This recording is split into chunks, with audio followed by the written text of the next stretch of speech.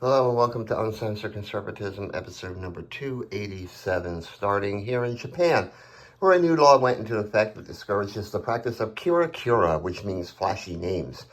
That means that new parents cannot name their newborn children something weird like Pikachu or Prince. The Japanese like Japanese culture and names.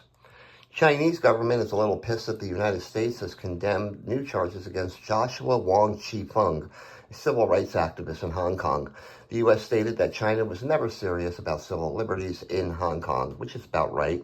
Chi-fung is accused of now conspiring with foreign countries in his activism. As you may be aware, the United States is cracking down on granting student visas to Chinese applicants, given mounting evidence that many are trained by the Chinese government as spies.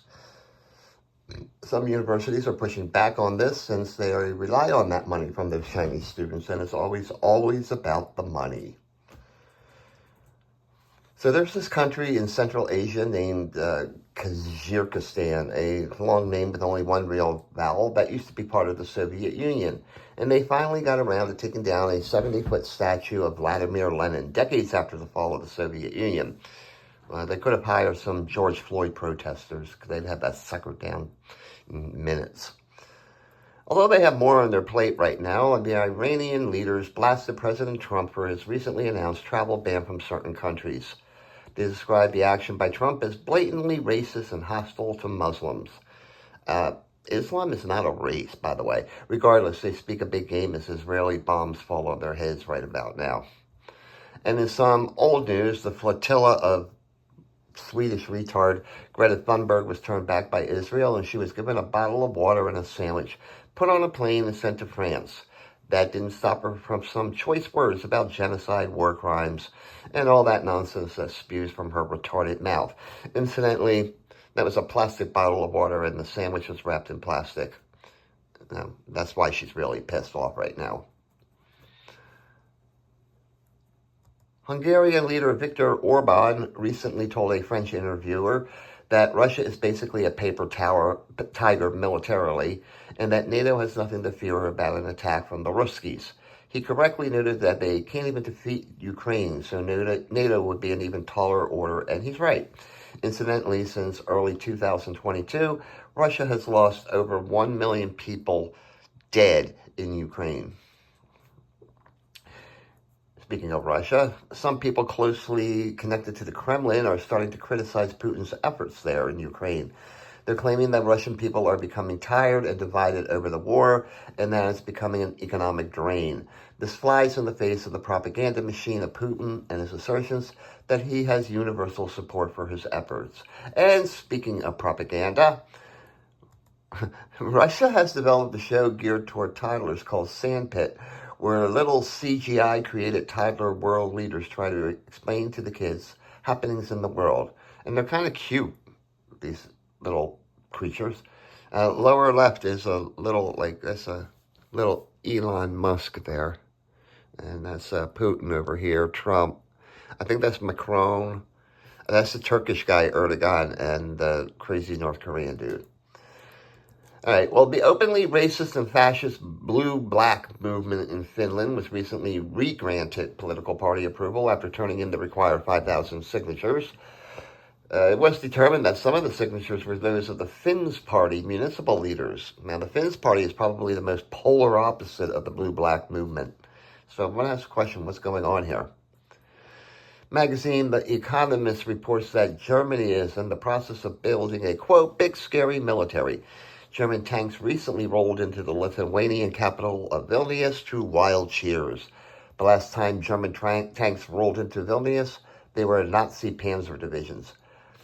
And they get pissed about a few tanks in a DC parade. And now Germany is reconsidering their all-volunteer army and may reinstitute a draft.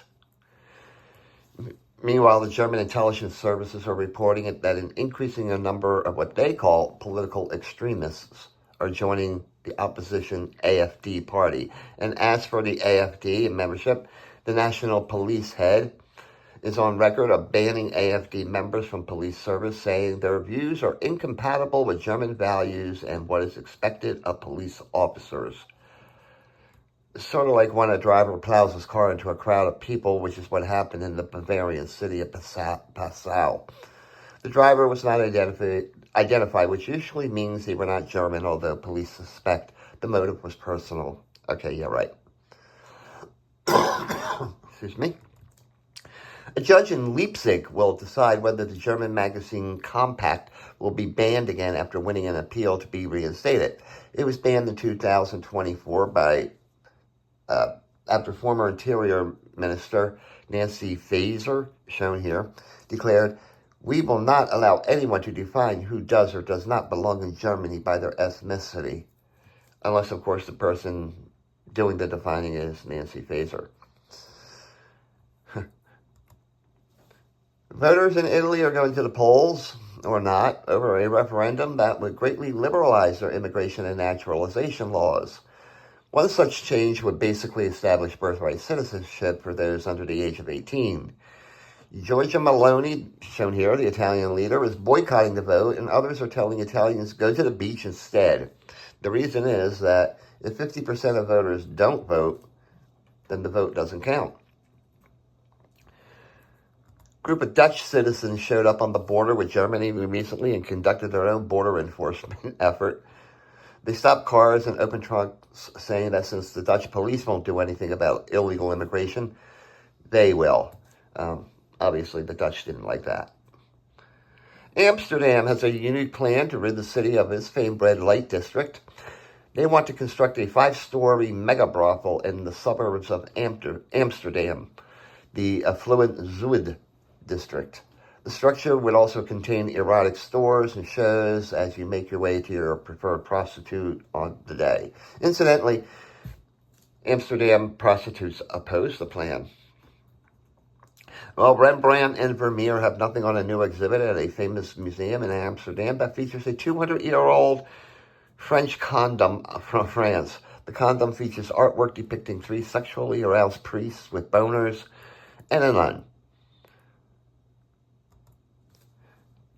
The French government moved one step closer to designating the popular social media site X an adult site. A new law will require age verification for access to the site or force X to remove any material the French censors determined to be of an adult nature or pornographic. Meanwhile, in order to combat so-called misogyny and so-called toxic masculinity in France, Education Minister Elizabeth Borne is mandating that the Netflix series Adolescence be mandatory viewing in French classrooms.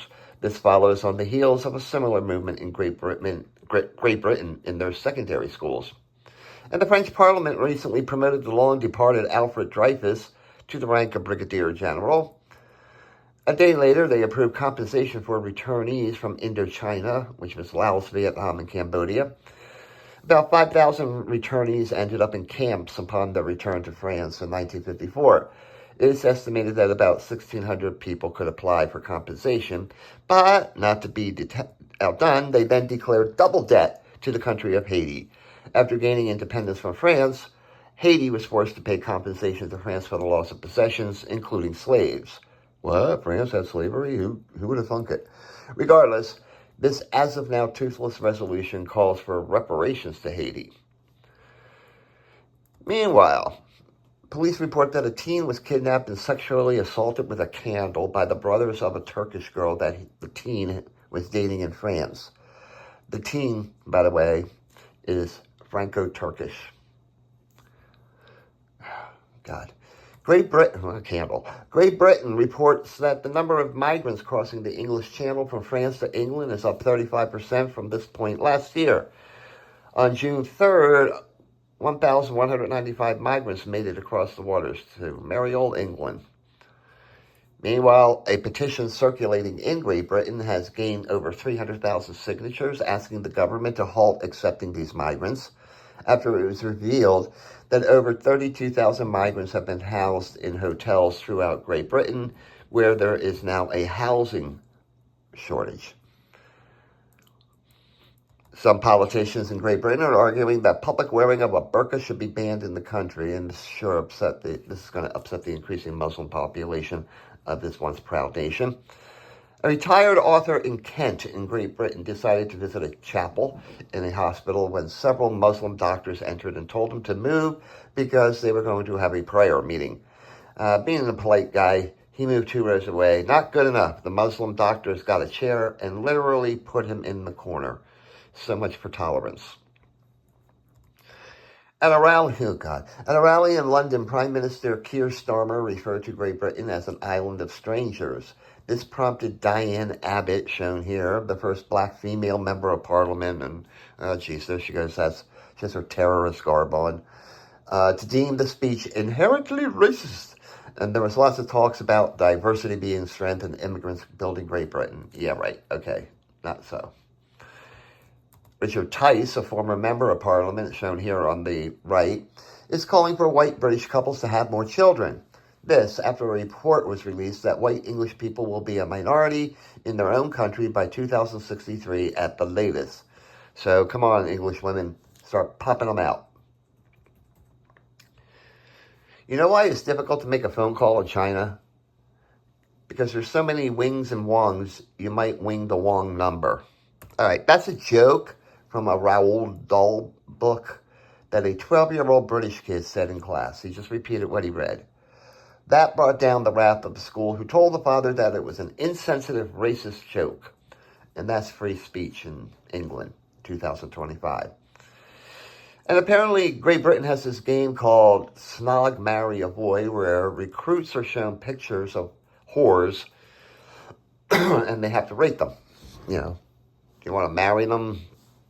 Do you want to just screw them or ignore them? Anyway, one recent recruit, Shafarat Mohammed, sued the Derbyshire police claiming racial discrimination. Not so fast, said a judge. It may be crude and crass, but it's sexual harassment, maybe, but not racial or religious discrimination. So next time, Mohammed, get your beef right. Officials in Staffordshire County in Great Britain announced they will not spend taxpayer money to pay for their annual gay pride celebration, which pisses off a lot of homos in Staffordshire County. This is some common sense. But what isn't common sense, the British Medical Association recently denounced a court decision that determined that there are two sexes, male and female. These nitwits described the ruling as scientifically illiterate and biologically nonsensical. This is a group of doctors who, one assumes, took a biology course at some point in their training. And it's no wonder Great Britain is fucked up. Want a little more proof? Doctors in England are excited about what are called poo pills. Seriously, these are pills recycled from healthy patient shit samples that contain high levels of good bacteria that, when ingested, destroy and flush out the bad bacteria in your gut. So people are literally eating shit. More proof the country is fucked up? As if eating shit wasn't bad enough. 2 Israeli ministers were officially sanctioned by the government for allegedly inciting violence against terrorists in the West Bank and Gaza. The 2 officials are banned from entry into the United Kingdom and had their assets seized by the government. 2 nights of unrest occurred in Ballymena, in Northern Ireland after 2 teens were arrested for the attempted rape of a young Irish girl. The 2 teens, surprisingly, do not hail from a shithole African or Muslim country, but from Romania. And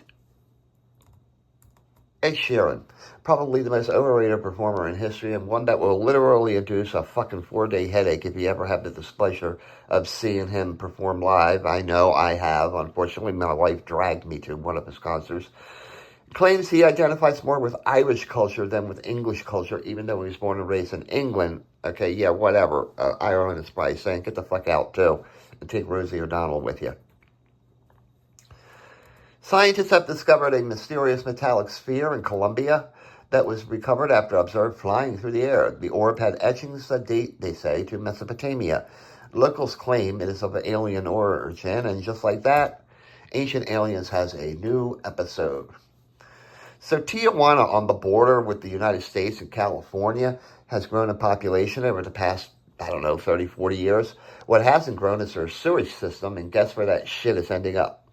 on the shores of Imperial Beach, south of San Diego, formerly a popular family beach. In fact, people there are complaining of the mysterious odor that smells like sulfur that occasionally inundates the town at night when the wind blows off the ocean. Gee, I wonder what that smell can be. When they're not invading with people, they're literally dumping shit on American beaches. I mean, ew. And finally, the 75th anniversary edition of George Orwell's masterpiece that has spurred countless high school essays, 1984, comes with a trigger warning from Berkeley Books. The story about mind control and oppressive state propaganda committed the ultimate sin. It failed to pass a 2025 sensitivity training program. It seems that the main protagonist, that Mr. Winston Smith, holds views of women that are quote-unquote despicable. And that's about it for today. Thanks. Have a great day and a more pleasant tomorrow.